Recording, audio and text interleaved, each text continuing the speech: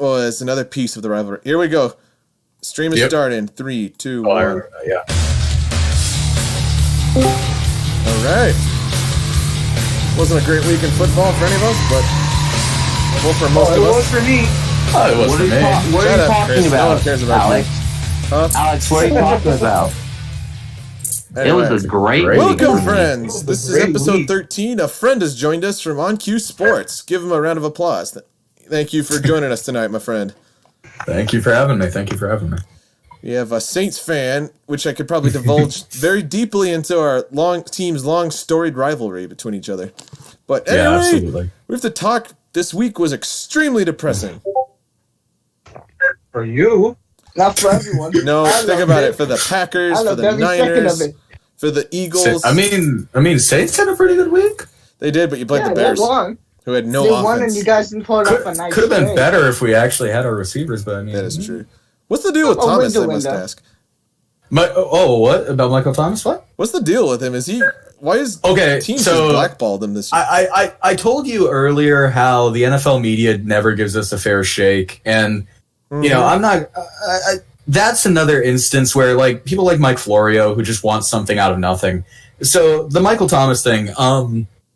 Michael Thomas, after getting injured, which I remember seeing the injury, it was a real injury to begin with. He got a high ankle sprain injury. It was in a play where he was blocking for a run touchdown, or I think it was actually a first down towards the end of the game. Against the Bucs, I remember correctly. Yeah, and he was blocking. He got cut by one of his linemen. He was blocking one way. The lineman fell on him behind him, and he got a high ankle sprain. He was out for the rest of the game. Right? It was towards the end of the game. And so he was trying. He when he initially returned to practice a couple weeks later, he got into a fight with Chauncey Gardner-Johnson, same guy that got into a fight with Javon Wims. Chauncey is a little bit of a hothead. There was rumors it was with Malcolm Jenkins, I remember. No, it was confirmed to be with Chauncey. The Malcolm Jenkins rumors were false. I think they were funny. The whole Slant Boy rumors, yeah, those were funny. But no, it makes a lot more sense, and they clarified it was against Chauncey. And you know, if you watch the Bears game, you can see why. I mean, Chauncey, he's always trash talking. That's part of his game, and he's a little bit of a hothead, a little bit of a kind of loose screw. But I really think he's a great player. I think he's gonna, you know, over time he'll blossom into something very special if he keeps going. So it makes a lot of sense that, you know, him and Michael Thomas would get into, you know. Yeah, because they're two pretty volatile characters in general. They're absolutely, and you know, I'm assuming in practice, him and Chauncey are constantly on one another. Because since we got Emmanuel Sanders, we're probably working Lattimore on Emmanuel Sanders because Lattimore's always been on Michael Thomas. Emmanuel Sanders is a completely different skill set, which makes me. By the way, thank you. He's great when he's not infected with COVID. But he's overall, I mean, we're trying to work on, you know, making Lattimore, you know, more versatile, I guess. So we're putting him on Emmanuel Sanders a lot from what I've heard behind the scenes. And so that means Chauncey is guarding Michael Thomas, which is great for him as well because it's helping him, you know, work. And, you know, he long story short, punched Chauncey, got suspended. He was also unconsolable around coaches. He was, or not like in that instance. After he punched him, he was unconsolable around coaches, which is why they actually suspended him. He was defiant towards coaches, and it got blown out of the water because Michael Thomas is who he is. Yeah, people want to make a story out of nothing, and that's a significant thing with the NFL media that you're going to see against any team, but specifically with the Saints, especially ever since the 2018 debacle. Or 2019 NFC Championship, but 2018 season. Ever since then, the NFL media has seen our fan base as something where they can kind of exploit it to make stories out of nothing. So they carried that story. He was suspended for the week, and he came back and he tweaked a hamstring. So it's been a rough season for Michael Thomas, but there's not much to it. Yeah, I mean, this has really been the only instance where you could argue he wasn't a team guy. He's always been a diva. Don't get me wrong. He is a diva wide receiver, but he's never not been a team guy. And even here, I feel as if practice fights are normal. And if he got really, really worked up, Chauncey is just a great trash talker you can get in your head. Obvious by what we saw last week or this past week with Javon Wims. who punched him again, and then just got jumped by him and Jenkins, which was great to watch. It's just there's not much to it in my personal opinion, and people like Mike Florio will tell you otherwise, but that's their job, really. I'm really on the fence about Florio most of the time, man. Like, I used to really like his show. I very quickly have realized that a lot of his stuff is over-exaggerated. Just it's a common trope with the NFL media, and I feel I'm really excited because I told you earlier I'm going to be pursuing a sports broadcasting degree, and I've talked with a lot of people like my age who want to pursue somewhat similar things, and I feel as if it's a general consensus that we're all very unhappy with what NFL media currently looks like, and we want to become part of it. That way we can hopefully make it better. Well, it's always good you're able to realize the change within. Like, for instance, there's characters like Skip Bayless and Booger McFarland. Oh yeah, Skip's been doing his shit forever. And honestly, I think he's just growing more iresome as the years go by. Like this, especially once he crosses into other sports markets. Am I the only one who enjoys Skip Bayless and Shannon Sharp? Yes, you are. Shannon's great. Shannon's great. I enjoy watching them. I definitely think Shannon's a better analyst. I agree completely. I watched Skip say with a straight face that Randy Moss is the best wide receiver of all time, and I wanted to punch him.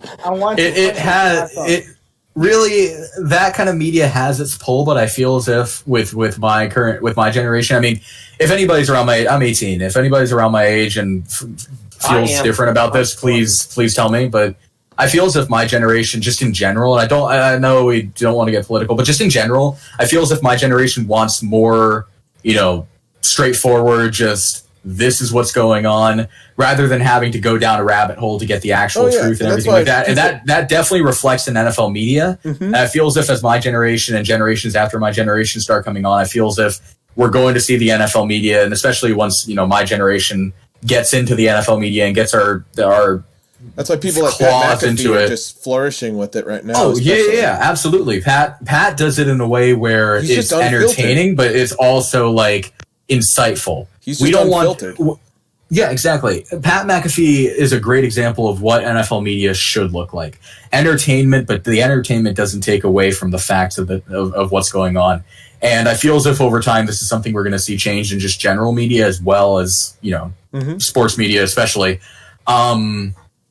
And I'm all in. I want to be part of that change. So it's just, and you see it with every team, but the Saints, I feel, and maybe it's just my bias as a Saints fan, I feel as if we get a bad rep from the media. You said earlier that, I'm one of the first level-headed Saints fans you've met. Oh my God, I've met so many bad. Yeah, no, on the surface, we can be. I mean, There's out there. There's a little bit of PTSD when it comes to like refs and everything like that. There's a little bit of that there, like genuine, like, is this going to be like the NFC Championship again? But it's never.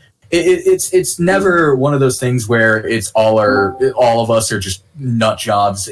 And quite frankly, if you venture into our community, you'll recognize a lot of the more level-headed Saints fans, which are the majority, by the way. It's like the whole kind of silent majority versus vocal minority kind of thing. Vocal minority of any fan base is going to be absolutely atrocious, but the silent majority of the Saints fan base will often, very often, in fact, speak up when the vocal minority is saying dumb shit. Like if the vocal minority is calling it ref ball or whatever, and it's very obviously not ref ball, the vocal minority, the silent majority will step in and bitch slap the vocal minority.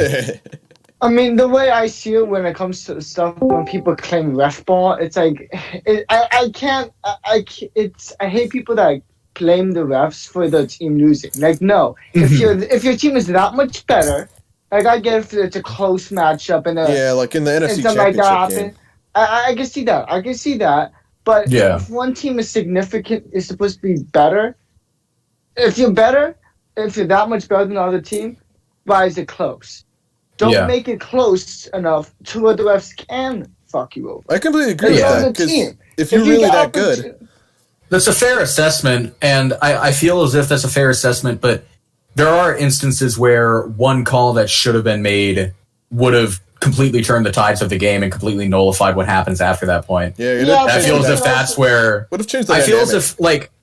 like the let's say that the PI no call happened in the middle of the game. Okay, nobody would be talking about it. Pretty much. Like only the most butthurt Saints fans would be talking about it, and that's a very, very, again, the vocal minority. But when you have something as egregious, and I hope we can all kind of agree that was so egregious. And really, I don't want to spend a lot of time talking about this because Saints fans get a lot of bad reps for defending themselves when it comes to this. Because, the general NFL community will jump on us and say, "Oh, you're just butthurt." Actually, and they'll spread mistruths about what the events were. Like, for example, when it comes to that game specifically, there's a bunch of screenshots like, a guy that looks like a guy like jumped on a Rams guy's head or didn't get called.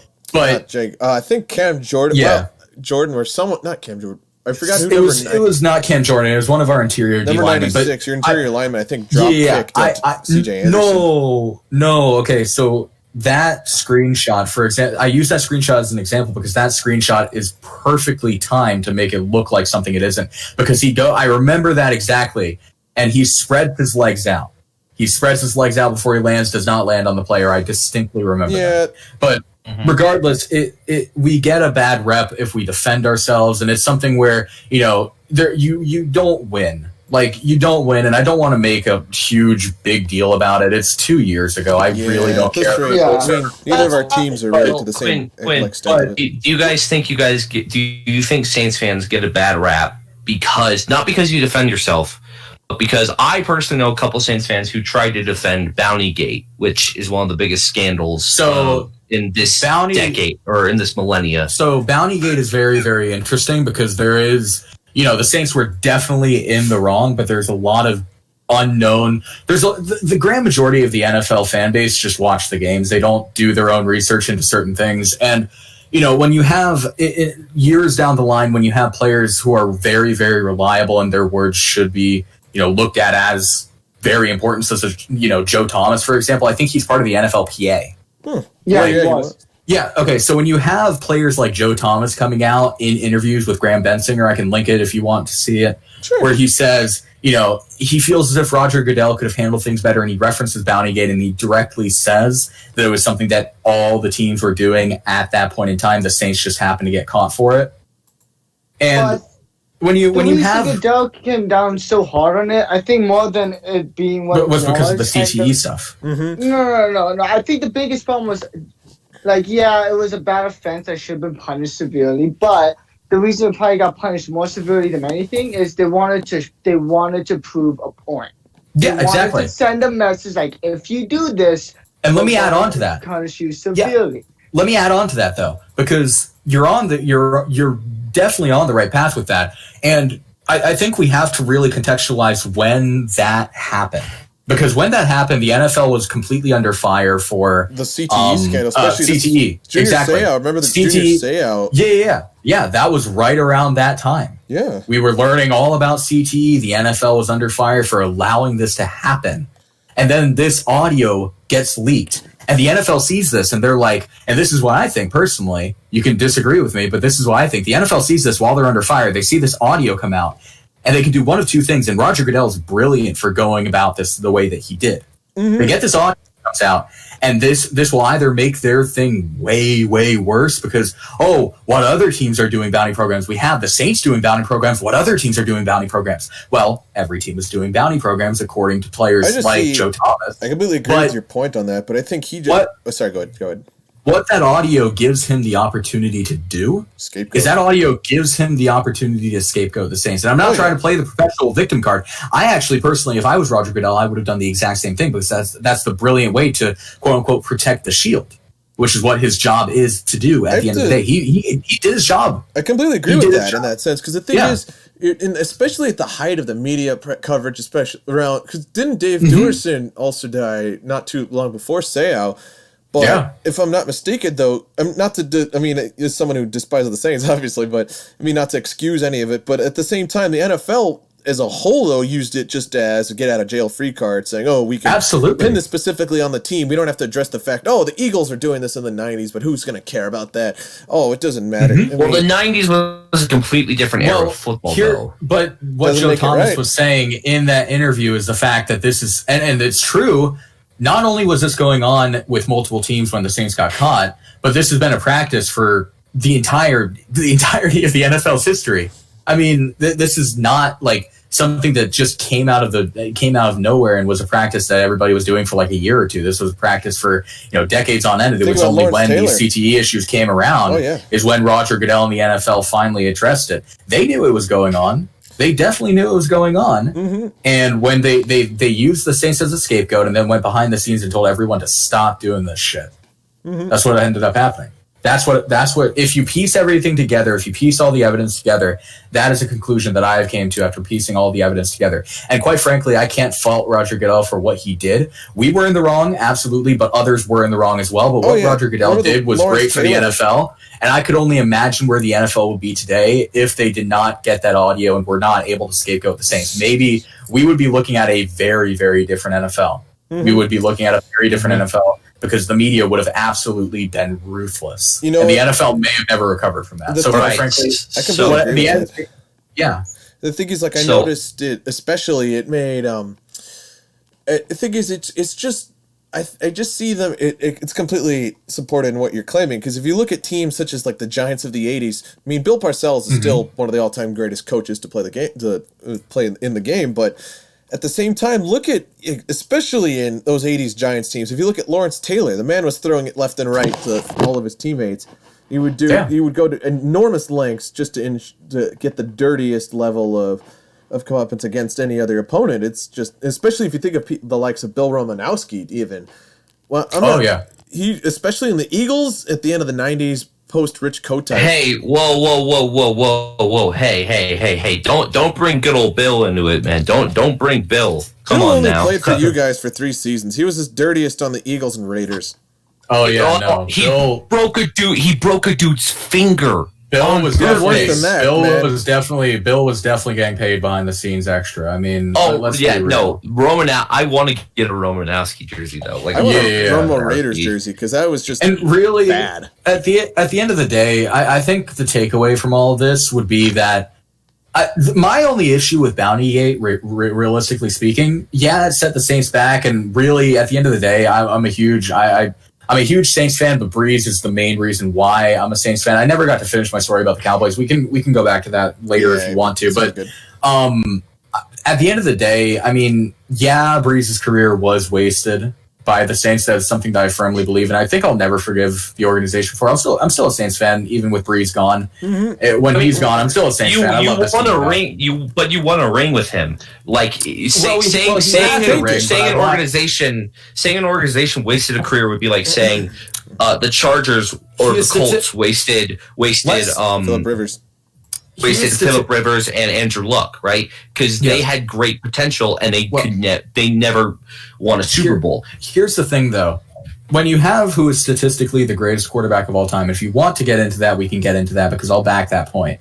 Who is statistically the greatest quarterback of all time in terms of statistical value. Mm-hmm. And you're only able, your team around him, because the Super Bowl at the end of the day is a team effort, correct? Yep. So when your team is unable to win a Super Bowl or multiple Super Bowls, when you have the greatest quarterback of all time statistically on your team and you're unable to win multiple Super Bowls with said quarterback, that's wasting that quarterback. I'm sorry, but that is wasting that quarterback in every way imaginable. So did the Broncos? So in that sense, then the Broncos waste John Elway?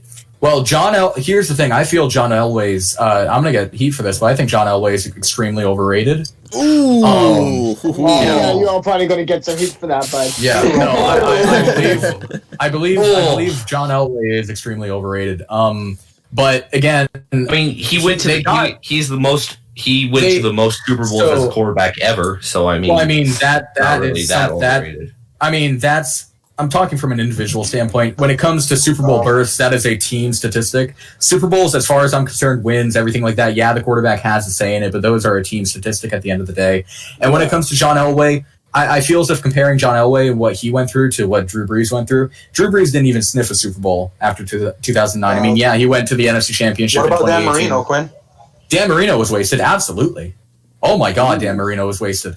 All right. Dan Marino and Brees are almost identical. Bruce, I think except we're for going to cover that- the games once we actually have everything on Yeah. Wednesday. Yeah, no, sorry, my bad. Today, I'm going it's off. kind of interesting. Yeah, I'm guys, saying- I actually have to go a little early today because I have to work at 9:00 my time. I work the graveyard shift. So if we can do the Bronco game a little bit earlier Yeah, let's today, just that'd do be it good. now. No, Let's Joey, just do it again. we'll do it. We're going to do those on Wednesday because I feel like we have so much more to talk. We have actually a pretty. I mean, Wednesday will be packed though, because then we're also going to be doing who we think is going to win for the next week. And you don't have to go over every game again. Exactly. Not We'll just every game do is good. our normal Go routine over for the Wednesday. main But things I that feel like people actually Q care here about. has given us quite a lot on the table to really bring up, and this is making for a pretty good discussion, I have to say. Okay, well, Yeah, no, this- all right, fine. Let's talk about this. John Elway is not an overrated quarterback from From any an sense of the individual word. standpoint, I do believe that he is, to an extent, overrated. I'm not trying to say that he's not a good quarterback. He definitely deserves to be in the Hall of Fame, of course. He's a good quarterback. But who is when you look at what he came out of college as, everybody is saying that he is, the best quarterback of all time to come out of college. Trevor Lawrence may have something to say about that, but when you're the best quarterback to come out of college ever, I don't think John Elway lived up to that hype. And I know that's hype that maybe that's not John Elway's fault, but I feel as if there's a lot of things that I could poke at when it comes to John Elway. You mean the that can back-to-back discredit. Super Bowl winner, John Elway? You mean the John Elway that went to, I believe it was I mean, 6 Oh, Super come Bowls? on, Joey. that's- Look at the system he had. So no. Hold on, let me You respond to that. cannot, I hate that argument. Just No, because a no, system no. I'm not gonna quarterback talk about quarterback systems. doesn't I'm mean not they're gonna talk not a about good quarterback. No. If they're working the system- Let- If they're hold on, working the system, hold on. it doesn't matter. Let's calm down for a second here. Okay, so first of all, I do not believe that John Elway was a system quarterback. I think he could have won almost anywhere. Much. But I don't feel as if he lived up to the hype. First of all, and second of all, I don't like in any quarterback's case, even if we want to argue Drew Brees, I do not like the whole he won this many Super Bowls or anything like that. Personally, Super Bowls are nice. I like Super Bowls. It's a feel-good moment for every quarterback. I think every quarterback, it pains me to this day that Dan Marino didn't win a Super Bowl, because I think a lot of, even the casual NFL fans, I think they would have recognized just how great Dan Marino was, especially for his era. Oh, yeah. Oh, absolutely. I think he gets very much undermined because of the fact that he just didn't have the teams around him to win Super Bowls. And, when he made it to the Super Bowl, he faced the 49ers, which is just unfair. Well, wait. Are we counting Ace Ventura? Because, I mean, if we count Ace Ventura, If then there's someone we he have did to win blame the for Super this, Bowl. it's simple. We just have to blame Ray Finkel. Yes, blame Ray Finkel. So my whole point with this is I never argue Super Bowls. I stick it to individual statistics. I never argue Super Bowls. Like, okay, I personally do not believe Tom Brady is the greatest quarterback of all time. Thank you. But if I wanted to, there is an argument to be made where I wouldn't have to bring up Super Bowls in the slightest to argue that. There is a reason why you can argue Tom Brady is the greatest quarterback of all time, and I concede to that. But you don't have to do it with Super Bowls. And I feel as if using Super Bowls to argue, how great an individual was, if anything, undermines just how great that individual was. I feel as if Super Bowls are a team effort in every way imaginable, team statistic. Yes, quarterbacks do. I mean, you can win a Super Bowl without a great quarterback. See 2000 Ravens, but the 2003 it makes Bucks. it makes it much easier if you have a great quarterback. And I don't disagree that a quarterback does have some form of a say in winning and team wins and everything like that. But if you're going to use team wins to argue how great a quarterback is, I'm sorry, but that's a casual thing to do. I'm sorry. Okay. There are ways to argue how right, great an individual is Then with using their let's put it individual this stats. way: how old is Drew Brees right now? 41, Okay, how old is Tom Brady? 43. 43. Okay, who's playing at the better level right now? Like unbiasedly, who is playing at the better level? So unbiasedly, I feel as if it's not a level playing field, and let me explain why. So when it comes to Breeze, he's out all his weapons right now. He has Jared Cook, he has Kamara, but that's just about it. Mm-hmm. And Tom is out Chris Godwin, but he has Mike Evans, who is a top 10 wide receiver. Yeah, Godwin is only going to be out temporarily. Godwin will probably you just got Antonio Brown too. And then he's getting Antonio Brown. Ronald Jones is a great running back. Not better than Kamara. I think Drew definitely has a better run game around him. I have to agree, though. Kamara is inarguably, I'm going to say, you can fight me on this. He's the best. And then you look at their defense. I mean, number one in rush stopping last year and this year as well. I'm pretty sure if things currently stand the way they are. That secondary is blossoming into something special. And then you look at the Saints. I will say that Quan Alexander addition will be absolutely huge for the Saints on defense. Why did the Niners if he can, that contract was rough for them, and he was unable to stay healthy. So if he can stay healthy with the Saints, if he can go back, stay healthy with the Saints, him and DeMario are going to be great. The Saints also have a great front seven, just in general. Yeah, Cam Jordan. But So their secondary though is still a big problem. I feel as if Malcolm Jenkins did not come as advertised. Then you have Marshawn Lattimore, who I definitely don't think we're going to sign again. I think that he was a 1-year wonder, and for the rest of the time, unless you tell him he's guarding Mike Evans, he's just kind of an average corner. Hey guys, how do you I don't mean feel? to interrupt, but the Giants are winning 13-3 right now. Wait a minute, what? No, That's amazing. No, they just absolutely not. Guys, let me validate this. It's beautiful. So I'm not kidding. I'm not He's kidding. not lying. We'll get to lying. that. Can we get to that? So I'm almost done with this point, though. Sorry, Q. We get distracted. I think, let the man finish. Realistically speaking, I think Tom Brady is holding up better in terms of just physical performance. And, that would be something that I'd argue if I wanted to argue Tom Brady was the GOAT. He's by far the most just, what's the word I'm looking for? He's held up better than any quarterback ever. Versatile? Not versatile. Not versatile. Versatile is not the word I'm looking for. It's like his ability to just keep everything together and not decline. That's more Brett Favre. Honestly, that's more Brett Favre. Brett Favre is an Iron Man. I want to say durability. I think Tom is just durability. I want to say something that is going to make a lot of you guys mad, but I hope you understand where I'm coming from. Mm-hmm. Bill Belichick is not a good head coach without Brady. Disagree. Okay. No.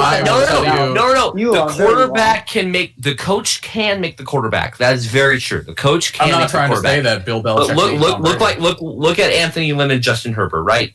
Popping off right now. Anthony Lynn is anything holding Herbert back. Belichick is not doing good without Brady. Actually, Q, I have to completely agree, especially here's where I'm going to be doing a segment on this in my podcast this upcoming week, which I've been uploading to YouTube. It's a podcast, but I upload segments to YouTube. So the whole dichotomy with Bill Belichick and Tom Brady, similar to Drew Brees and Tom Brady right now, it's not an even playing field. No. But I think it's worse when you look at Bill Belichick and Tom Brady. It's not even at all. I mean, Cam Newton can't throw a football to save his life. Jarrett Stidham is awful. Brian Hoyer is dead, is terrible. And really, at the end of the day, the Bucs were a roster where they were on the rise, and the Patriots were a roster where they were on the fall. And on top of that, the Patriots got shot in the foot to start. I mean, they lost Patrick Chung and Dante Hightower. I think Dante something. I think it's Hightower. Yeah. So they lost two cornerstones of their defense, and they were off to a bad start right away. They took a gamble on excuses, but good coaches don't make excuses. They have results. Okay, so we need to recognize, though, the fact that this is an uneven playing field before we compare Tom Brady and Bill Belichick and what they're doing. I personally, even from the get-go, I wanted to give it a couple of years to see what would happen. I didn't expect Tom Brady and the Buccaneers. I give full credit to Tom Brady and the Buccaneers. I did not expect them to get things together this quickly. But at the end of the day, we cannot take Brady's success and use it to lament Bill Belichick when everything is awry in New England. I mean, it's a dumpster fire, and you're going to need like a year or two to rebuild and really show what Belichick is capable of doing without Tom Brady to give him an actual genuine chance, because Brady left when things were going awry. Like, let's be real for a second here. Brady had no offensive weapons last year in New England. That's why he suffered. A lot of people were trying to argue that Brady is on the decline. I never argued that. I'm not the biggest Brady fan of all time, but I never argued that. You have to be a Brady hater to argue that Brady was the problem back then. If anything, Brady was holding that offense together, and that defense was what carried them to 12-4. But Brady held that offense together. But I mean, they had no offensive weapons. That's why Brady left. Defensively, they got shot in the foot. They would have been great defensively, I think, if they hadn't lost Patrick Chung and Dante Hightower, because that just set them off on the wrong foot. And really, at the end of the day, I understand that coaches have results, and I think Belichick will be able to rebuild this team. But we need to give him a chance to actually rebuild this team before we say, "Oh, it's definitively Brady." Brady showed that Brady has shown that he was, at least 50%. But let's see if Belichick can show that he was the other 50% before we lament them. I think the teams were finding ways to coexist. Hear me out. Here's why I think a lot more. Belichick needs to get a lot more credit. Keep in mind, Belichick has won a Super Bowl without Brady. Let's remember, he was defensive coordinator. He was defensive coordinator. Yeah, it's a little different, but he still has had success at a high level. Wait. What was his record when he played? What was his record when he was the head coach of the Cleveland Browns? He was the greatest. Yeah. He's the greatest Cleveland Browns head coach since John Brown. John Brown coached there, right? You mean Paul Brown. Yeah, I'm almost certain that he is the best head coach since him. And hear me out. What other coach? Name one other coach with the talent that the Patriots have right now that'll do well. There's no coach that Bill Parcells. I've told you this. Parcells retired. Is better than Belichick? No, but I'm saying if Bill Parcells wasn't retired, he could do so much more with this team. I disagree. I think that there's nothing. Tried it with the Dolphins and it ended worse.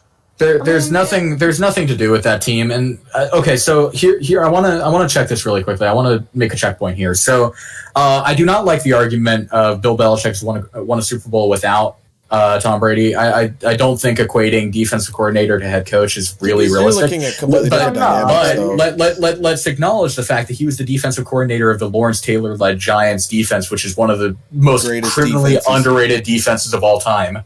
And that was, masterminded by Belichick with help of Bill Parcells, of course, but Belichick was the defensive coordinator for that. So he was calling the shots. But let's go back to this. So I feel as if it is right to say that Belichick never got the credit that he deserved, and let me explain why. I don't believe that Belichick is more than Brady for New England. I never believed that. But what I did believe was that Brady got more credit than Belichick, and really it should have been cut down 50-50. Now, I'm saying this now, but that could change if Belichick is given the opportunity to rebuild and falls flat on his face. And another thing that I do not think is right to say is that Belichick, using Belichick's days in Cleveland against him is very, very it's just bad judgment, because the thing is, look at the dynamics are completely different now. The thing is that Belichick, even if you want to use the fact that he had a negative record in Cleveland, his record is still one of the greatest of any Cleveland Browns head coach of all time since Paul Brown. So I mean, I'm not positive if it's since Paul Brown. I think he's like maybe top 3, top 2, maybe. I'm not too sure. Regardless, Belichick is, as funny as it sounds, Belichick is one of the greatest Cleveland Browns head coaches of all time, statistically. I mean, he's not wrong. I mean, the only other guy who got more wins was Butch Davis. So to use his days in Cleveland against him, we need to realize that we're talking about Cleveland and everything is relative when it comes to win-losses, especially when it comes to Cleveland. So okay, that's fair. I've never liked that. I understand that he was also he had a bad season with Bledsoe in his first year, but we also have to recognize the fact that the Patriots did a lot of were in the midst of a rebuild when Belichick arrived, and Belichick initiated that rebuild because they had Pete Carroll before, which was a bit of a disaster. Yeah. Pete Carroll was an absolute disaster. He grew a lot with USC, but it was something where a rebuilding team is going to be bad. All right. Let's acknowledge that the Saints are going to be bad in 2021. They're going to be a rebuilding team. They're going to be awful. The Rams were bad before they won the Super Bowl. They were 4-12. But good head coaches don't just. Well, the problem is, when was the last time Belichick actually drafted one of his notable players either drafted him or drafted him in the first round. Because remember, Brady, and I hate using this because it's so played out, Brady was picked 199, right? Gronk was picked in what? I think the third round? Second right? round. Well, I mean, first round picks can be kind of hit or miss because there's a lot of hype with first round picks. I think you find more value in later rounds, if I'm being entirely honest. So first round picks are really kind of like, first round picks are thrown out there like, let's just get the most talented guy. And then later round picks are kind of like where you really get down into the nitty gritty, like what do you need? What can this guy do for our offense? You're really searching for talent in the first round. And then in the rounds afterwards, you're more or less searching for just what do you need? What can this guy do? Is he good enough for now? And let's see what he can do as he blossoms as a player. Let's see if he can grow as a player and kind of just take a risk, I guess. I don't know if I've never seen it that way, actually. All right, guys, I'm going to be completely honest here. Bill Belichick, in my opinion, greatest head coach of all time. However, Wrong. Shut up, Joe. You're wrong. Don Shula is actually a good point. Yeah. Yeah. Different eras, but I mean, anyways, Great but 47. But as a GM, Belichick is severely overrated. As a GM, I think it goes both ways. I think he's one of the better late round drafters, but in the first round, he's not had a great reputation. Well, I'm just talking about in general, because look at some machines. I think he's a great second round pick for Mohamed Sanu last year, who's now Mohamed Sanu was actually pretty damn good in Atlanta. Yeah, and that's second round pick. But here, I think it was somewhat of a lapse of judgment because he was playing with Julio and he was always second or third wide receiver on that depth chart. Right hand man solely. So realistically speaking, I think he's a great negotiator. I think that he is it's kind of a hit or miss thing. I don't think he's the greatest GM of all time, of course. Like that's not realistic. I'm not going to ever argue that, but I wouldn't want to go to the extent of really saying that he's not a good GM, because I think he is a good GM. I mean, he built Super Bowl caliber teams. That defense was really, really damn good, and a lot of that came through trades. I mean, Stephon Gilmore from the Bills. Mm-hmm. I don't remember what he traded for Stephon Gilmore, but I think it was like pennies. It was like a 5th round pick. It was almost nothing. Yeah. So I mean, and I think he has an eye for some really special talent. He sometimes misses on what he's looking at, but he does very often. He does find that diamond in the rough, and I think all great head coaches and GMs do that. For example, by no means am I saying he's a bad GM. I'm just saying he's a severely overrated one. He's better than Jerry Jones, so. Oh, absolutely. Jerry Jones also built. The reason why I like Bill Belichick as a GM is I've always, and this is something that I like about Sean Payton and Mickey Loomis as well, as a Saints fan. I'll use this as an example. So, Sean Payton, I credit him for this, and I can get into Sean Payton. I quite frankly, at this point in the season, I want him gone, but maybe that's just my overreaction as a Saints fan. So. The thing that I've always liked about Sean Payton and Bill Belichick is the fact that they are very good at finding players who are kind of just that diamond in the rough. Sean Payton recently with Taysom Hill. Nobody expected Taysom Hill to do anything at that level. The Packers cut him, and then Sean brought him in and was like, "Here, let me just mess around with this guy, make him my special little project." I think he's, maybe a little bit too special in Sean's eyes now with how much we're running him, but I digress. So... And Bill Belichick has done this countless times where he's found the diamond in the rough and, goes on to become a great, great, great player. I think he never gets enough credit for that. I think that knocking him as a GM, I think maybe he has his downside and he has his upside. That's just my entire point. I mean, I think one thing that we should talk about today, with it being the day before the trade deadline, is some of these trades that's been happening. Absolutely. Let's just look at some of these trades so far. Okay. I mean, I would start with my team because I know the whole deal with that off the top of my head. I'm a Steelers fan, so I'm loving life. Yeah. Yesterday, great freaking day. Absolutely, 7-0. Jeez. 7-0. Guys, can I ask him? Beat Baltimore on the road. Yeah, that's great. Guys, I must ask not him. To mention, as you had your moment, Bruce, with with Adonis, I must ask him, how really overlooked is the actual rivalry between our two teams? Me? Yeah. Oh! I thought we were going to go into the trade deadline. That rivalry is very overrated or underrated. Excuse me. But as a Saints fan, it's a very brutal rivalry for us because we always get the short end of the stick. Ours, I think, is really just it's the thing is I feel like it's really undocumented for really just how much in terms of if you do some digging, it really it becomes very apparent of just how underrated our rivalry is, Saints versus Rams. How much bad blood is like the thing is I didn't realize Greg Williams. No.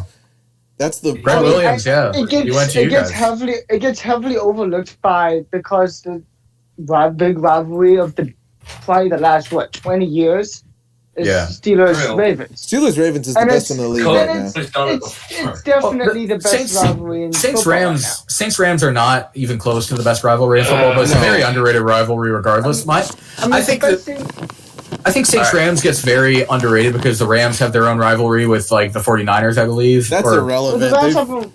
Okay, so you guys have your rivalry with the Seahawks then, That's our biggest rival, yeah. Okay, so and then like Saints Chargers have a rivalry. No, I meant Broncos Chargers. It's like saying Broncos Chargers have a rivalry. Disagree. There's a lot going. I mean, there's a lot going into it that I feel as if it is a very underrated rivalry. But ultimately, I think it's overshadowed by other rivalries. It's not even. I'm not trying to argue it's like near the top in terms of rivalries. I would never argue that. Yeah. But for relatively speaking, it is very underrated. My thing is that it doesn't get much attention because the Rams are always caught up with the Seahawks or back in the day with the 49ers, and the Saints are always caught up with like the Falcons or the Panthers and the Falcons and I forgot the Falcons. So it's a rivalry that doesn't get much attention. It's a good rivalry, but I'd argue that it's more or less a one-sided rivalry. What about Chargers Saints? I mean, that's not a rivalry. Okay, that's a rivalry for Drew Brees fans. That's a rivalry for Drew Brees. That's just a Brees thing. I mean. That's not a rivalry. That's a Brees thing. Is though, I'm willing to argue right now the best rivalry in football, and it's not very close. I think it's for Baltimore. We already said that, Bruce. That's fair. We already said that, Bruce. The best I'd say that's fair. Because a lot of these rivalries are based off of, we hate this team or we hate that team. No, Bruce, I'm not arguing with that. I don't need to explain that because the thing is that if there's any two matchups that have always produced some of the best rivalry interdivisional games in the past 2 decades, it's easily that. But the thing is, though, Rams Saints is so overlooked. The best thing is, we could discuss that any other day. I'm just saying, particularly because I have an educated Saints fan on this thing. Really quickly, the Brees versus Chargers thing. I'll admit it right now. The games that I came into this year wanting to win, and we literally could have lost everything and it'd be perfectly fine. It was, and I'll go in ascending order. So it was, I of course wanted to get the Falcons. I wanted to beat Brady at least once. I wanted to split with the Falcons. I wanted to beat the Vikings on Christmas Day because it's the Vikings, and if we don't win on Christmas Day, that will piss me off, especially because it's the Vikings.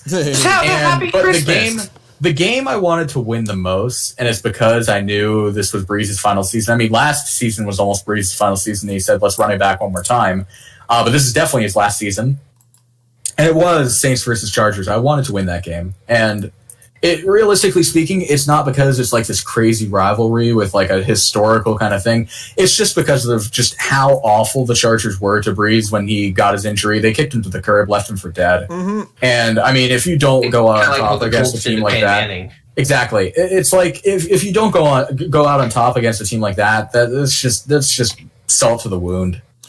It's not. I wouldn't consider it a rivalry. I would just look at it as, we want to win this game, and we want to win it as much as possible because they treated Drew Brees like shit, and that's our quarterback, and we need to stick it to them. Rams Saints, I feel, is just overlooked primarily because of there's events such as the 2000 NFC wildcard. There's obviously the NFC Championship in recent memory, the Greg Williams debacle, and then I don't know if you remember that. Realize this, Mark Bulger denied a contract with the Saints and jumped ship to the Rams.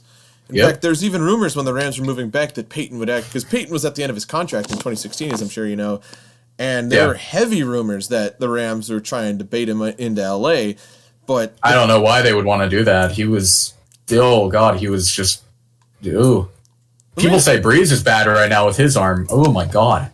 Mark Bulger? Like, or are you talking about Peyton? Oh no, I'm talking about Peyton. Oh, Peyton. No, not Peyton. I meant Sean Payton. But Peyton did pretty good. Then why did the Broncos flunk Peyton if his arm was trash? No, I didn't say Peyton. I meant Sean Payton. Okay. Oh, Sean Payton. Okay, I thought we were talking about Peyton Manning. Peyton Manning would never sign with the really Rams. quickly, to touch on Peyton Manning, to answer that question, Peyton Manning's arm was shot. It was shot in 2015. Oh, absolutely. We won on the back of that defense. That's all I'm saying. Before 2015, though, I mean, Peyton was slinging it. Yeah, Peyton was fine. It's just 2015 came and he just fell off. Yeah. But anyways, Sean Payton. What about Sean Payton? I'm unfamiliar with this. 2016, though, when the Rams moved back to Los Angeles, actually, there was heavy rumors that Peyton's, because I think he was at the end of his contract in 2016, going. That doesn't make sense because he was at the end of his contract like this past year, I think, and there was rumors about him going to Dallas. Contract extension. Well, let me look this up on my browser. I remember there was something I found. Maybe I don't know, and I think that may have some wheels because the Saints are coming off of 7 and 9 seasons. 2017, it says Rams want Sean Payton. This was after we fired Jeff Fisher, right before we picked. Yeah, but that doesn't make sense because I thought Sean was under contract because he just re-signed with the Saints for like 5 more years. I think. Let me see when that was. And I distinctly remember him just signing with the Saints because he re-signed. There was rumors of him Cowboys. He re-signed in 2019, actually. Yeah. Okay, so in 2019, there was rumors of him going back to the Cowboys because he was their offensive coordinator before he came to New Orleans. And those rumors were so stupid. I have to ask you real quick, going back to NFL rivalries. In your opinion, is Broncos Raiders a pretty big rivalry in the whole scope of the NFL, or do you think it's one of the ones that not a lot of people care about? I don't. Given how the Broncos and the Raiders have looked in recent years, I don't think a lot of people care too much about it. But at points, it has been a pretty big rivalry. Yeah, like Craig Morton against Ken Stabler, or like John Elway going up against Jim Plunkett and Marcus Allen. I mean, or when Bill Romanowski came to Denver. No, it has its wheels. Like, don't get me wrong, it was a rivalry at one point. If you want some recent examples, it's intermittently been a rivalry, but you can say that about any division. Like, there's long-lasting rivalries, like where the teams are rivals regardless of how bad they are. Like Saints versus Falcons. I had one on the top of my head. What about Pittsburgh versus Broncos Seahawks? Yeah, because the Seahawks used to be AFC. No, but that died, AFC. I mean, that's long gone, though. That's long gone. Right, but then back in 2013, which we will not speak of that. Okay, that's fair. Again. That's fair, but in recent years, no, that's not a rivalry that I'm thinking of. But what my whole thing is, there's two different kinds of rivalries. There's rivalries like we were talking about it earlier, Pittsburgh Baltimore or Saints Falcons, where it's going to be a good game regardless. Yeah. Both teams hate each other so much, regardless of how bad the teams are. It's going to be closer, regardless of if one team is great and one team is terrible. It's going to be close. Like, let's be real. Dolphins. So that's another one. Yeah, sure. But then there's rivalries where it's like kind of intermittent. Like that's the problem with Rams Niners is it's too one-sided most of the time. Either one team sucks or another team's extremely competitive, or vice versa, or both teams are just tanking and the football sucks on the field. Yeah. There's rivalries that exist where it's just a good game. There's rivalries that exist where it's kind of like intermittently good, and then there's rivalries that exist where it's just kind of stupid. Now, I have another question going back to tanking because Alex brought that up. Do you think NFL could adopt a draft lottery system to try and reduce tanking? Because I don't like that at all. I agree with him. I mean, I don't like I do not like. but I think I don't like the NBA's. I'm talking more about the NHL. I'm talking about more NHL style. I'm not familiar with the NHL. I'm only familiar with the NBA style, and all I know is that I hate what the NBA does. I feel as if the worst team should always get the number one pick. I don't care if they're tanking or whatever. If they're bad, they're bad. The Jets are bad. I think they are like I talked about it in my episode last week. I don't know if you watched it, but I talked about how they have the worst point differential of all time currently, and it's by a sizable margin. But I don't think that means that they're a good team that's tanking. I don't think that's really at all possible in the NFL. The Bengals last year, who were actually trying. That's the thing. They're not because the Bengals they're not last trying, year, but they're not trying, but they're. It's a weird conundrum because players never tank, but you can still tank. Like, when you're a player, you don't want to lose because your job's on the line, right? So players are never going to tank, but the management can secretly kind of go behind the scenes and say, hey, we're going to pull this little string here, pull this over here, and it's going to deliberately kind of make us worse than we actually are. But I do believe 9 times out of 10, the number one pick is always going to the worst team in the league. I always thought that was I always think that's a rumor when they say, "Oh, players don't want to tank because their job is on the line." That's really only that's really only quarterbacks. Because you're not gonna say your best player on defense is told, "Hey, miss these intentional tackles, right? Let them score," and he does it. His job isn't on the line. Okay, here's the thing, but those are far and few between players. Like. There are players. Say we want to talk about the Saints again. I'm sorry, but they're the team I know the most about. So say the Saints are tanking, right? Say the Saints are tanking, right? Mm-hmm. So let's say we have Jameis or Taysom, probably Taysom if we're going to tank. Let's say we have Taysom. So Taysom wants his job. He's not going to tank intentionally. But let's talk about Kamara. I mean, Kamara may just, we see it wouldn't be out of the ordinary for him to kind of run a little bit slower. I mean, he's a slow guy to begin with, but he's very elusive, which is why he looks faster than he actually is. I mean, he ran like a 4.5. He ran like a 4.5. So, but when it comes to like star players, yeah, I get it, but you have way more guys who are just going to be fighting for their job than anything else. And yeah, you might tell your star player to miss a tackle here or there. I don't know exactly how the semantics of that works, but realistically speaking, you have very few and far between are those kinds of players where, their job is secure. They're a huge piece to the team moving forward. There's no point for them to try this season because they know we're tanking. But those players are very far and few between. That's my entire point. The thing about players, I don't know, Q, if you've played. But I played. I wasn't great, but I played. Yeah. Like at high school, like what are we talking about? I played part of high school. Yeah. Okay, so you know how players. So generally how players at a semi-highish level compete. Guys want the players. The thing about players is they are so. But there's a different level. They're so overly competitive. The players don't want to lose. They Gentlemen, don't I hate want to to interrupt, but it's 6-14 to Giants at halftime. But the players don't want to lose. They don't want people's on TV. No, but there's a difference between crappy in college and high school between the NFL.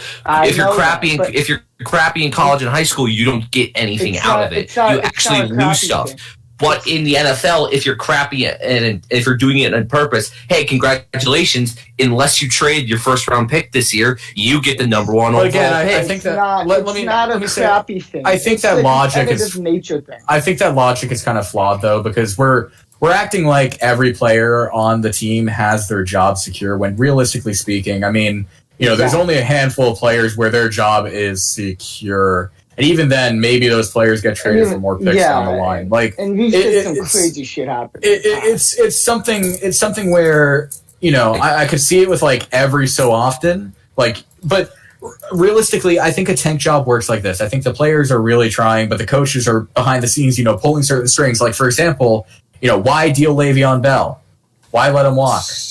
I mean, you don't have anything better than him. That's just because Adam Gase is a horrible head coach. No. Okay, so here's the thing with Adam Gase. I think the only if the Jets ownership didn't recognize that Adam Gase was bad enough to get them to where they want to go and get Trevor Lawrence, I don't think he'd be around.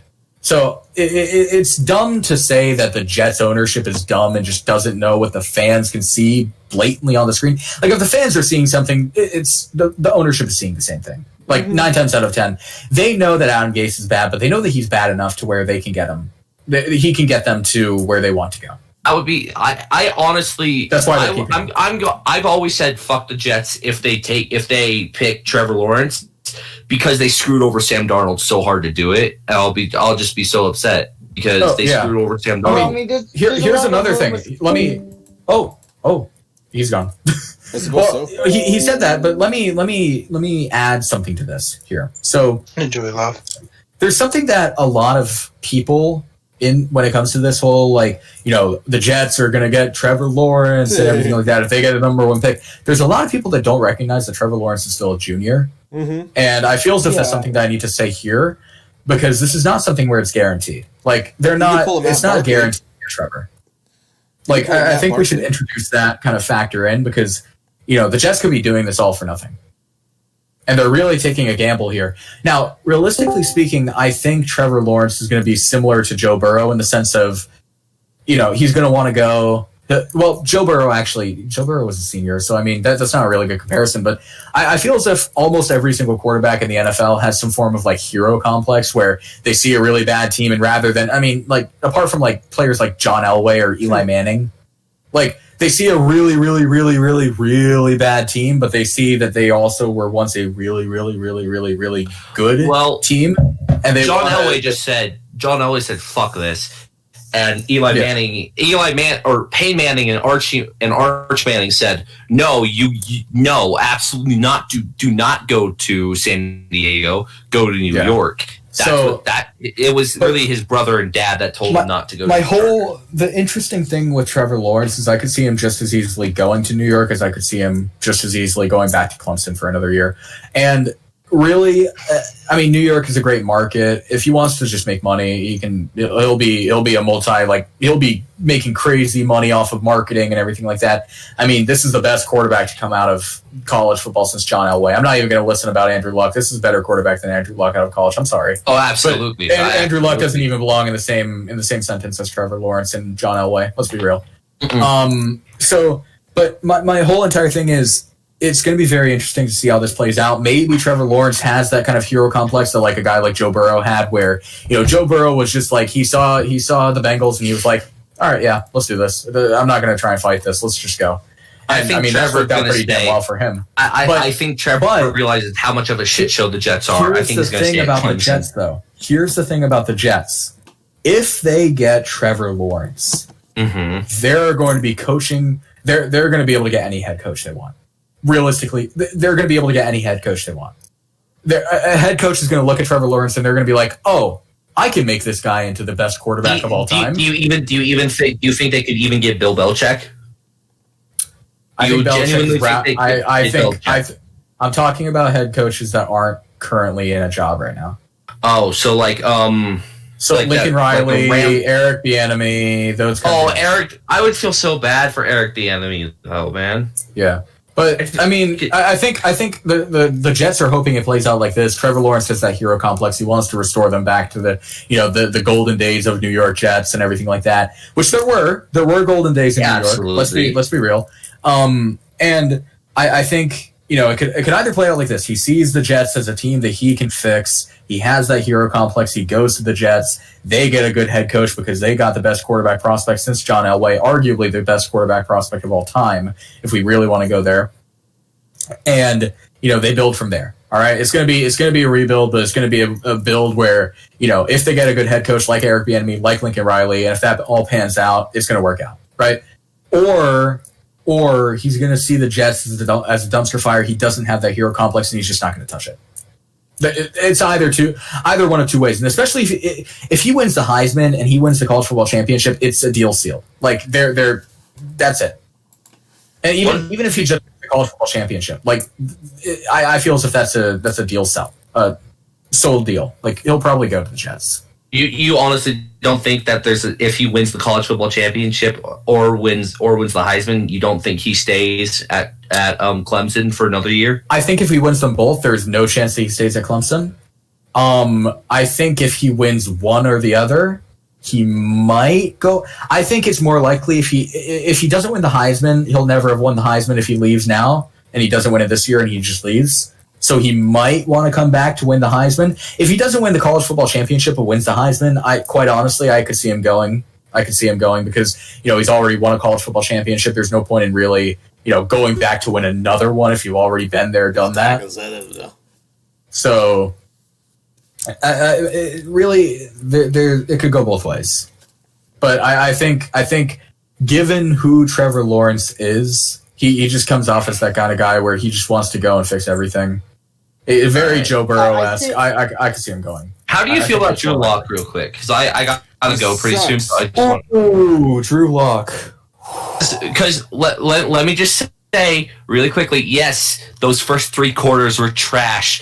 I am a Bronco fan. I'm not an idiotic Bronco fan. However, he did throw 3 touchdowns. Okay, so here's the thing with Lock. And he threw a pick. So from what I've seen of Lock, I'm very high on him. I like Lock as a quarterback. I think he can be a good quarterback. He just needs the time to really mold. It's weird. I see him as kind of like a Josh Allen-esque kind of guy where he's gonna, he has a rough kind of start in the NFL, but then he gets his footing, fixes a couple of the loose ends, and he's just gonna be off for the races. So, and I thought he was gonna get it all together and possibly be an MVP candidate for this year. I think that's out of the window by now. But I think he is a good quarterback. I think he can make it in the NFL, but it's just going to be a matter of whether the Broncos can facilitate that environment for him to grow as a quarterback and everything like that. I'm the pessimist against him though, because I think looking at his stats though, yes, he did throw 3 touchdowns, but at the same time, had they actually called it within bounds, I mean, he would have left the night with 2 interceptions. And how many fumbles did he have in that game, if I'm not mistaken? None. Really? I don't think he had any fumbles in that game whatsoever. I remember he had a turnover against a few of Chargers linebackers. But the other thing I just don't see from him, there's moments where he looks serviceable, where he could potentially just be so reminiscent of Brock Osweiler. But then there's moments where he just shows why he has the same touchdown to interception ratio as Paxton Lynch. He's very up and down, but I think that if they it's a very young team, and we're out our number 1 receiver for the entire season. So I mean, you gotta understand that maybe Lock's not going to be recognize that. We need to recognize where the Broncos are right now. I mean, they were hit with the injury bug very early on, and everything's kind of been downhill from there from the team perspective. And even then, I mean, they lost Von Miller in the offseason. He's going to maybe he'll come back, maybe he won't.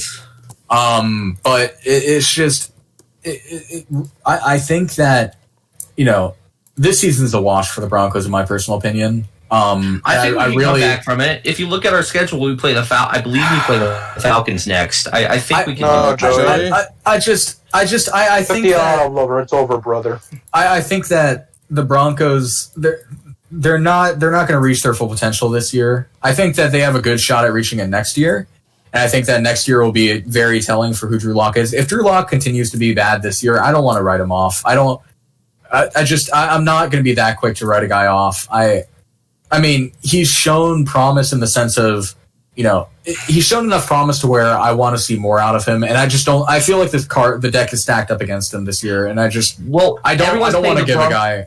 Everyone's saying the Broncos are bad, except they don't realize that, wait a second, we've won 3 out of the last 4 games we've played. The thing is, though, it's not necessarily that they won that. I think it's just Anthony Lynn plays to lose. Like, remember what Q was saying earlier about Herbert? Like, thing is, I never got into that, actually. Anthony Lynn isn't a bad head coach, but at the same time, he's made some really idiotic plays. Like, were you watching against the Chiefs? I wish I could stay, guys, but I gotta go because I gotta get ready for work. Thanks, hey, Q, I really appreciate you. I didn't think you were going to respond, so thank you very much. No problem, man. Look forward to talking to you guys on Wednesday. I'll be there for the show. Adios, amigos. Later, Joey.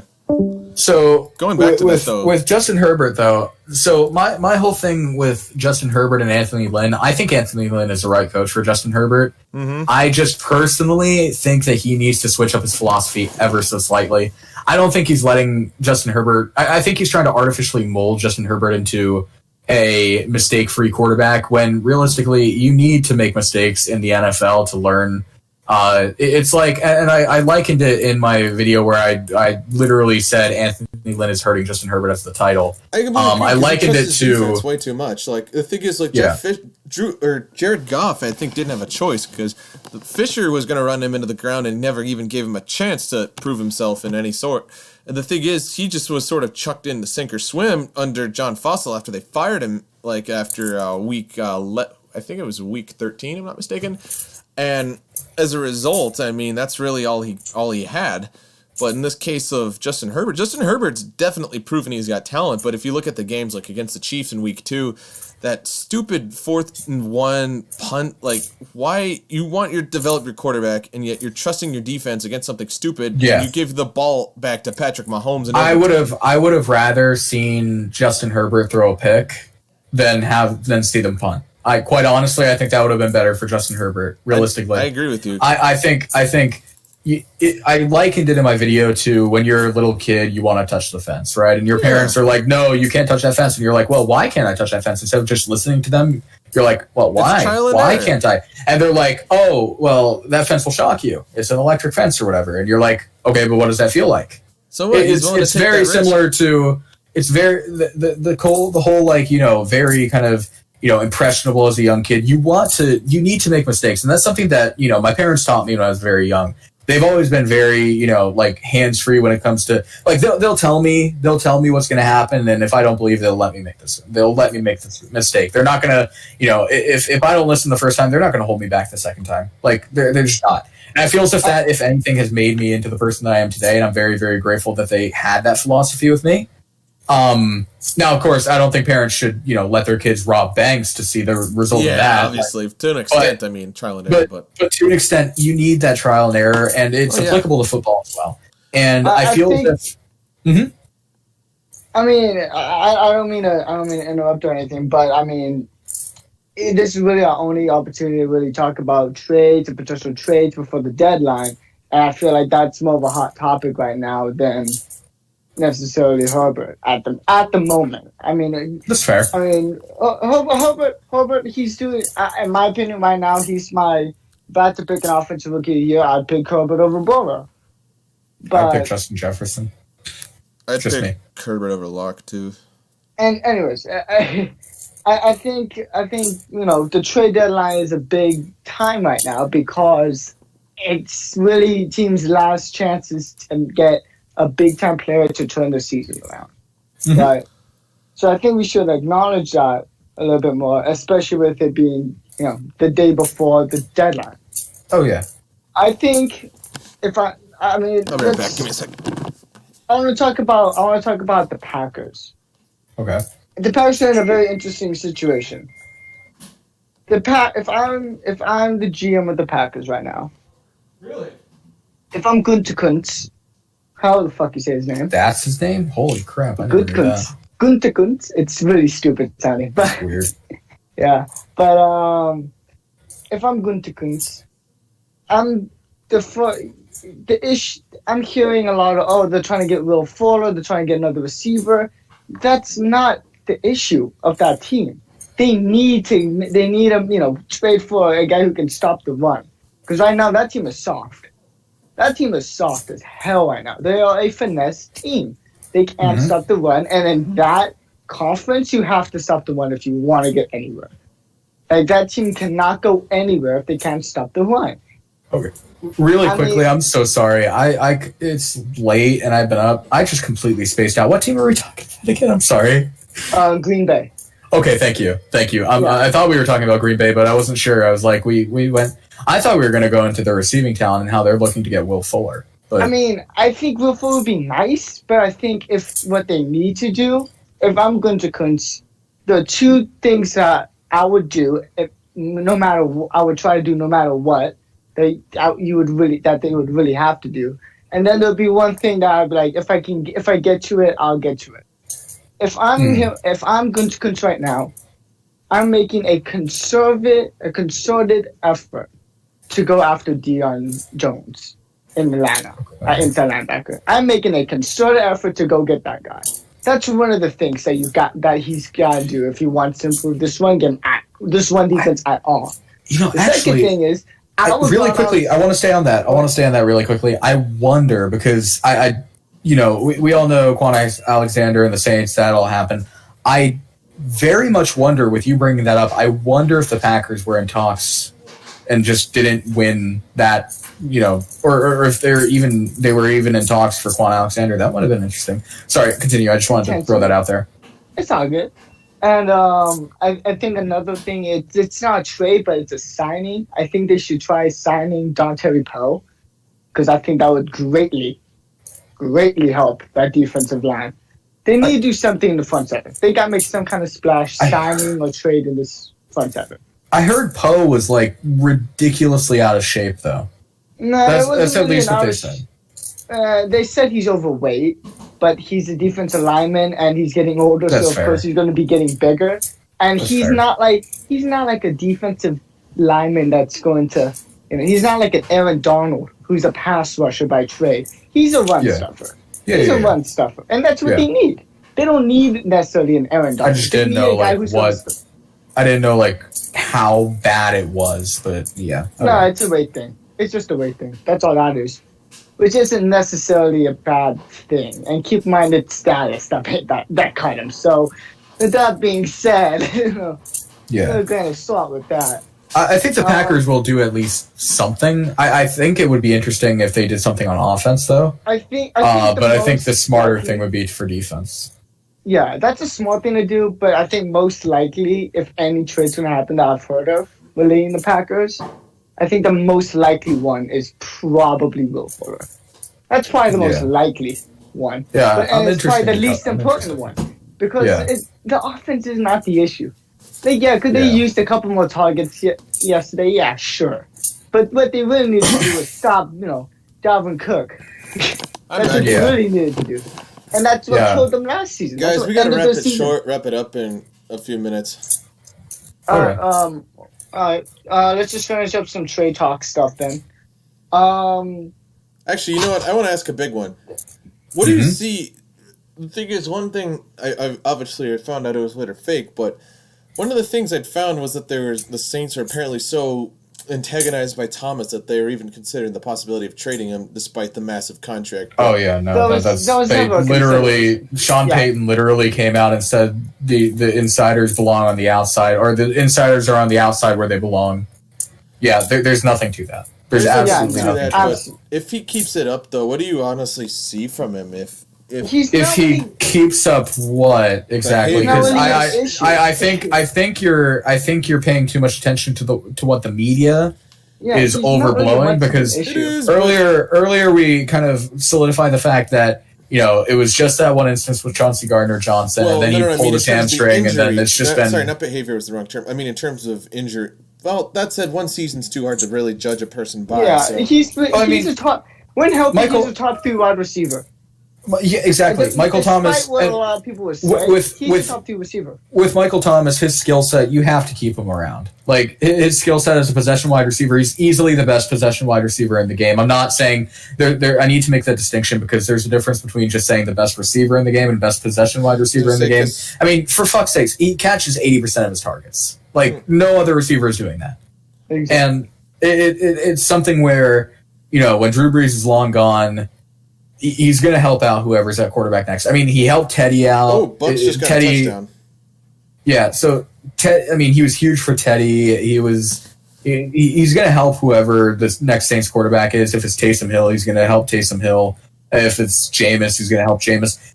There's no way the Saints are getting rid of him. I'm just going to say that. Yeah, there's nothing to that. It's just media sensationalism. It's something that people should just look away from, if I'm being entirely honest. It's like the whole thing with Alvin Kamara, where, minus the whole, he's a diva and they want to get him out of that locker room. It's the whole, Alvin Kamara, they don't want to pay him. He was terrible last year. Everybody's forgetting that Alvin Kamara. Sorry to interrupt, guys. The Buccaneers are winning 15-14. I mentioned that. Yeah. But it was with Alvin Kamara, everyone was like, he's overrated. They don't need him. And then now he's actually not playing on one leg, so he's doing good.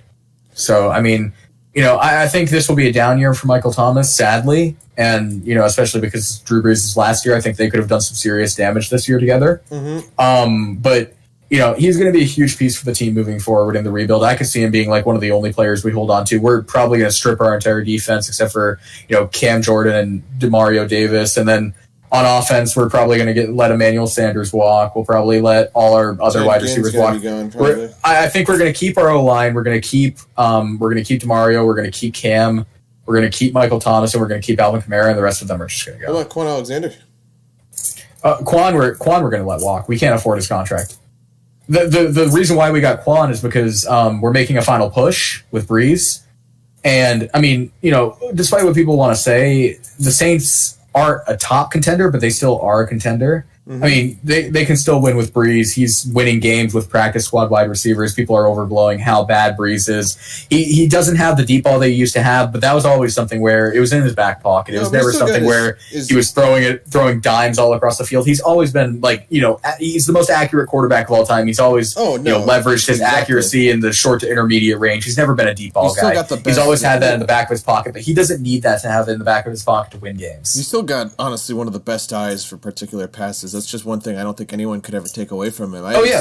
No, he is statistically the most accurate quarterback of all time, and that shows on the film. Oh, yeah. So, yeah, we gotta get to some other, trade stuff. We gotta cut short. I gotta eat dinner, man. Desmond King. I was hungry. Desmond King, literally, the Titans just stole Desmond King. They stole him. They fleeced him. They fleeced the Chargers. That is dirty as dirty gets. I agree with. And I don't know, but the Steelers basically traded for an all-pro inside linebacker for an empty bag we of have chips. to talk about something relevant. Yesterday, Avery Williamson, the Steelers. I was just saying that. Yeah, you probably brought it up. I was in the middle just can't of understand. saying it. The Jets gave up, the Steelers gave up literally nothing. My coworker was saying if the Raiders ever needed, because Carr's nearly at the end of his contract and he doesn't feel confident that they'd re-sign him, he said all we could do is just give them a sack of potatoes and maybe they could probably trade Darnold to the Raiders. The Steelers got a 7th and an all-pro inside linebacker. You got a 10th overall pick for a 7th rounder. For a 5th overall pick, that's probably going to be a pretty shitty 5th overall pick. That had to guess. And it's not even for next year. It's a year after next year. That's They're getting no immediate help from that. Unless they trade it, but I doubt they would do anything. You know what? I wrote this down on the Discord chat, but I want to ask you guys. Actually, you know what? I'm going to bring this up for Q. Let's have a little fun, shall we? Nobody look at the screen. Mm-hmm. But I'm going to read you some of these draft classes, and I want you to guess who was drafted after this irrelevant Jets player. Okay, let me pull it up. Okay. What year is this? I'm going to give you the year. Okay. 1983. This is the first one. So, they picked Ken O'Brien. Who do you reckon went directly after him? Oh, God. I have no idea. Jim Kelly.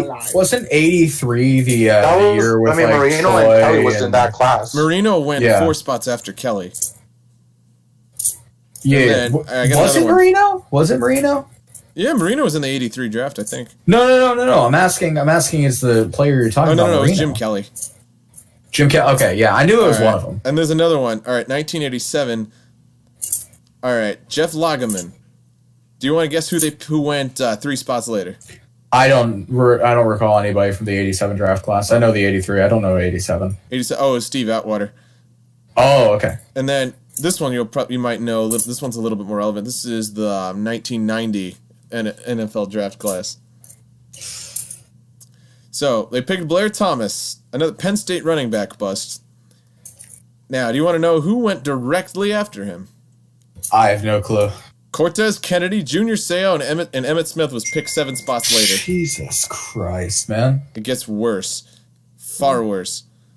In 1993, sorry, they picked Marvin Jones. 2 spots later, do you want to guess who was taken? I didn't even hear the draft classes, sorry. Oh, it was 93. Oh, I don't know the 93 draft class. Michael Strahan and the bus. Jesus. And it gets worse. In, 94, they picked Aaron Glenn. 2 pieces of the of the Rams Super Bowl team went short, I think, 2 spots after him? Any guesses? Please. No. Sap. Marshall Falk and Isaac Bruce. No, Sapp was 95. Oh, my bad. Sapp was 95. 97, I'll skip that. Everyone knows 95. 97, though, they picked James Ferrier. And do you want to have a guess as to who went after him? Current analyst, and a current TV analyst. Tony Romo. No, Tony Gonzalez. Oh, okay, I got the Tony. Tony Gonzalez. I honestly, I didn't hear the draft class. I just heard. It was 97. Analyst, Tiki Barber went so 3 I went spots ahead later. and- And then it gets funnier. 2002, they picked John Abraham over Chad Clifton, Sean Alexander, who went 2 spots later, and Sebastian Janikowski John Abraham was good. for like 1 season. Dude, he was good for a little while. Huh. Dude was. I only remember him for a that little. was not a bad pick. That was a good pick. Well, never mind. I mean, we can always look back. Like, Yeah, we okay, can if you realize always Sean look back and be like, Alexander- haha, what a stupid pick. Okay, I guess that one wasn't a good example. At the time, I guarantee any one of us would have made the same pick. Yeah, okay, fine. 90% of the time. Alright, that was a bad example. So That's a bad that being example. said, Anyway, 2003, This in 2003. general, though. They drafted Santana Moss and then traded him 2 seasons later. Oh, that was just a dumb idea. It was, because then they picked him right It in front wasn't of a Steve. bad. It wasn't a bad pick. They It picked was him a in front of stupid Steve idea to Hutchinson and trade Adam him. Archuleta. And then there was probably my personal favorite moment. I forgot to look at the 2001 draft. They picked Brian Thomas over, who went directly after him, Ed Reed, Antoine Randall L., Andre Gerard, Clinton Portis, and Deion Branch, and Brian Westbrook. Jeez. 2004. They picked Jonathan Vilma over Vince Wilfork, Steven Jackson, and Rashawn Woods. Okay, let's not. No, Jonathan Vilma's good.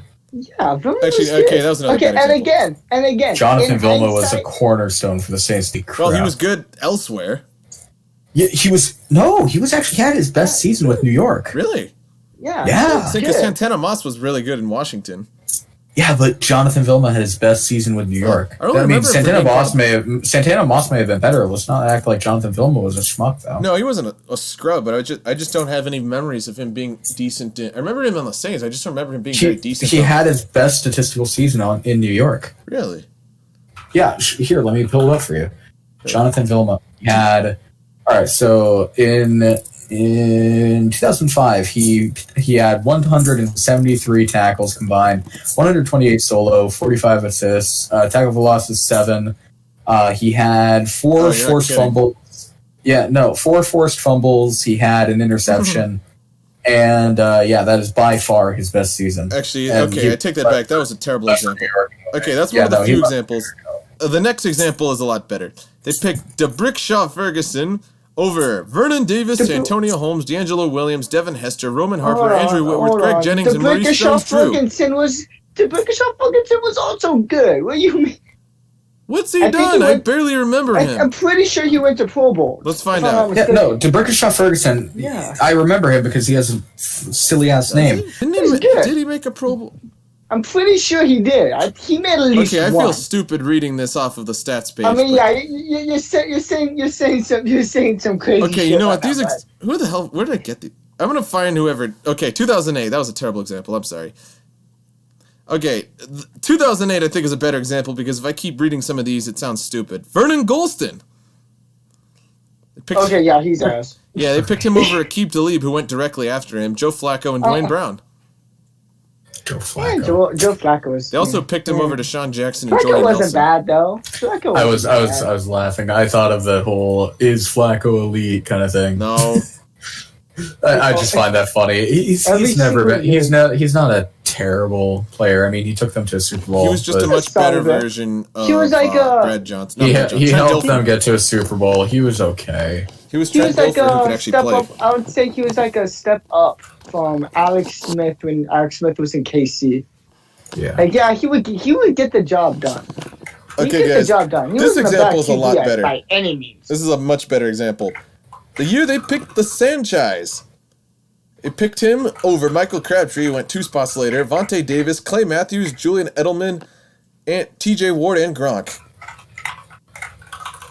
Well, again, you also gotta look at what Sanchez gets such a bad rap. He was okay. He took them to an AFC championship. Oh, I think that come year. on. It was Darrell Revis. We all know. Yeah, well, Yeah, but Mark Sanchez gets a shit. Mark Sanchez is remembered for the butt fumble. He had a few decent seasons. Actually, never mind. He wasn't. Never terrible, mind. He was a but product Never of his mind. system. Solely his Holy system. shit! I'm taking that back right away. He Oh was my a God. product of a good system, and only a good system that only Yeah. worked for him. I never knew he never threw above 60% completion while he was with the Jets. Holy I mean, crap. again, back then. That just goes to show how 60%. terrible the Jets. Well, also 60% Back completion was then, we're elite back talking about like 2009. Yeah, that's over a Let's have a decade look. ago. Elite. I didn't say he I was feel old elite. now, No, thank you. No. I know. You said 60% was Oh my elite. God! It No, was- you were okay, kidding, maybe not dude. He had a elite, 56% maybe not elite, but completion pretty rate. good, but it was pretty damn good. 63 to 64 for a very, very long time has been the average. I mean, Dude, if you want to talk about elite in that year, Drew Brees threw 70.6%. Well, it's Drew Brees. Look at Mark Sanchez. I know. Drew Brees. Sanchez- Of course, he's I know. gonna be the better. problem is Sanchez, even with all that time in New York, he had a 56.6% completion rate, and his total touchdowns interceptions is 86 to 89. Okay, guys, but also keep in mind, if you guys were in the same exact situation, you guys are probably still picking Sanchez. Well, yeah, because they'd be put in a system. Okay. Well, He was then a you can't- product of the that thing- system. The thing about it when it comes to like people talking about draft busts and how stupid a team was to make the pick, unless they reach. Fairness, though, because he But was the very thing hyped about out it- of the thing about it is, USC. like, yeah, now, 10 years later after it happened, The you thing know what is- hable. Bruce, the thing Obviously, is, it was though, I stupid, wouldn't but- say him as a bust because kind of like Vince Young. I mean, I hate Vince Young because I'm an SC fan, but the thing is, he was still productive for a period of time. The people I consider busts are just people who were picked with the absolute dumbest, like Mitch Trubisky or like Paxton Lynch or like Johnny Football. Actually, hold on. I want to ask you something. Go for it. Me and Alex have been discussing for a while. Who are you taking right now? Kyler Murray or Jared Goff? Shut up, Bruce. Kyler It's Murray, usually. He's better than Kyler Murray Murray. is just Almost Jameis every Winston. He's thrown 8 statistic. interceptions. So what? Jameis Almost Winston better leads the every league in passing and statistic. touchdowns, but he also leads the league in interceptions. No, yeah, but he's not leading the league in interceptions. And The he's Bucks could have and been a he- playoff contender if he overblowing. didn't You're throw that many overblowing. interceptions. Yeah. That's why that's why Kyler they lost Murray's to legit. Detroit. He's legit. No, He's just yes. Jameis Winston with a slightly better arm and better No, legs. that's not You true. are really you're completely forgetting how bad Jameis was. Actually, Okay, I but take it let's back. also I look- don't think Kyler's been Okay. proven some seasons. Okay, fair enough. He got me on that. Okay, one. Kyler has 3 more turnovers than Goff, and he has 4. 8 more touchdowns than Goff. 4. Actually, I think it's more now because of last week's game Yo, when real- Goff turned it over 4 times. Real quick, what year was Avery Williamson All Pro? I'm writing quick notes here. Oh, Avery gosh. Williamson. Let me look this up. Actually, It might have been. I want to say it might have been a couple of years ago because he had his best season probably a couple of years ago. I'm 120 pulling it up right now. tackles. Actually, Avery Williamson. Yeah. Avery He never was. Williamson is actually he's on track right now Uh, to have over 120 tackles bet on he- the season. I have some bad Yeah. news. He never was. Yeah, Okay. he was. No, Yeah, he I'm looking was. it up right now. He never was. I literally looked it up 2 days ago. I'm looking at career highlights and awards. The only accolade he has is second team All SEC. That is Okay. definitely not true. Hold on, I saw that. I know I saw he got one. I know I saw him I don't get one. see anything on here, dude. Hold on. Avery Williamson, right? Yep. Let me. I could have sworn when I looked it up, he had one. I can't find anything in regards to it, man. Pro Football Reference, they would know. He's still a good player. Yo, he's still a regardless. good player regardless. So, yeah. I'm looking at it right now. Selected to Pro Bowl and first team All Pro. Avery Williamson? Where? Where? Yes. I'm looking it up. Look at my Look at screen. Pro- I'll show you my look at screen Pro right now. It Football doesn't say Reference. it. I'm looking at Pro Football Reference right now. What year? What year though? That's just indicating like what they would. That's just indicating like the like if he had gotten it, it would have had like a plus mark next to it. Accolades right now. The only thing he's got is a. That's just like that's on any player's thing. It's just an indication of like how they would mark it if he had gotten it. Okay, my bad then. But yeah, that confused me. He's still a good player. I'm not going to sell him short. He's still killing it. He's still killing it. Well, he was killing it on the Jets. True. Well, I gotta cut it. Hey, Q, it was a genuine pleasure to have you here. Actually, I really enjoyed man. Thank you so much for having me. I really enjoyed the stream. You know, we gotta get together. Maybe we can collab on something involving our teams later down the road. I don't know. This was a lot of fun. Man. Yeah, it's fun for me. Thank you. Well, thank you for joining us, man. Q, it's a real pleasure. There's something I gotta say. Happy birthday to your Saints. Yesterday was thank you. an anniversary. Yeah. Holy crap. Saints Day. Yes, sir. All Saints Day. Oh, right. I get that. Oh my gosh. I'm playing Madden right now, and the loading screen just brought up Michael Thomas. Just a quick update. Giants are above the Buccaneers entering the fourth quarter. Wait, what? Beautiful. Oh my God, he's not wrong. Well, I have to cut it short, but thank you, gentlemen. This was a lot of fun. Yeah. Oh, yeah. In the future, if you guys want to have me on, I'd be happy to join again. You know what? I'd love to have you.